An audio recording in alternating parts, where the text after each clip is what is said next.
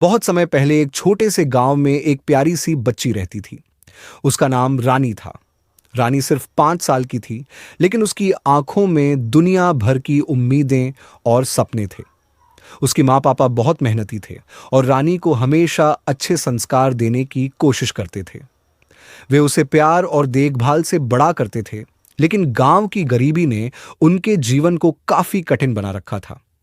रानी के पास बहुत सारे खिलौने नहीं थे, न ही वो बड़े बड़े महलों में रहती थी, लेकिन उसका दिल बहुत बड़ा था। वह हमेशा अपनी छोटी सी दुनिया में खुश रहती। रानी के पास एक पुराना गुड़िया था, जो उसकी सबसे प्यारी दोस्त थी।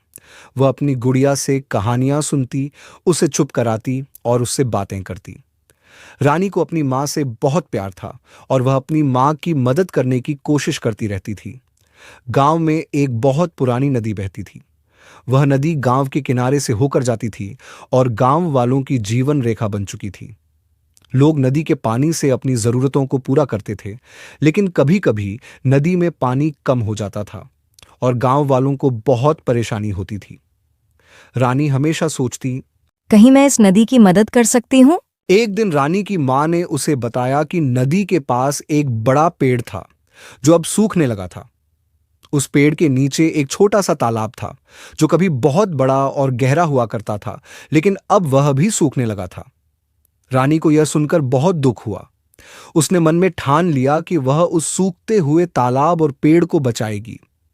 रानी ने तय किया कि वह हर दिन उस तालाब के पास जाएगी और वहां पानी डालेगी। शुरू में लोग उसकी बातों को हंसी में उड़ा देते थे, लेकिन रानी ने हार नहीं मानी।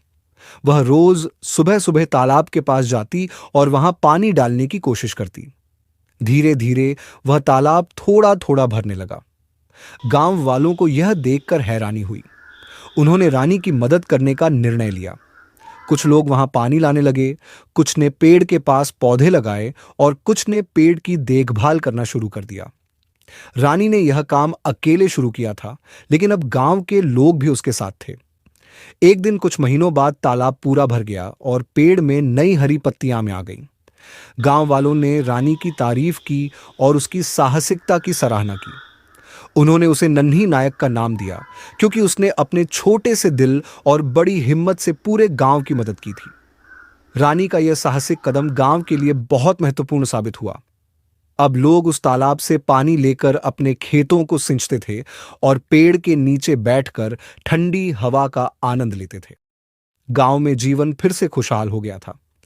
रानी ने यह साबित कर दिया कि अगर किसी के दिल में सच्ची नीयत और मेहनत हो, तो वह कुछ भी कर सकता है, चाहे वह बच्चा ही क्यों ना हो।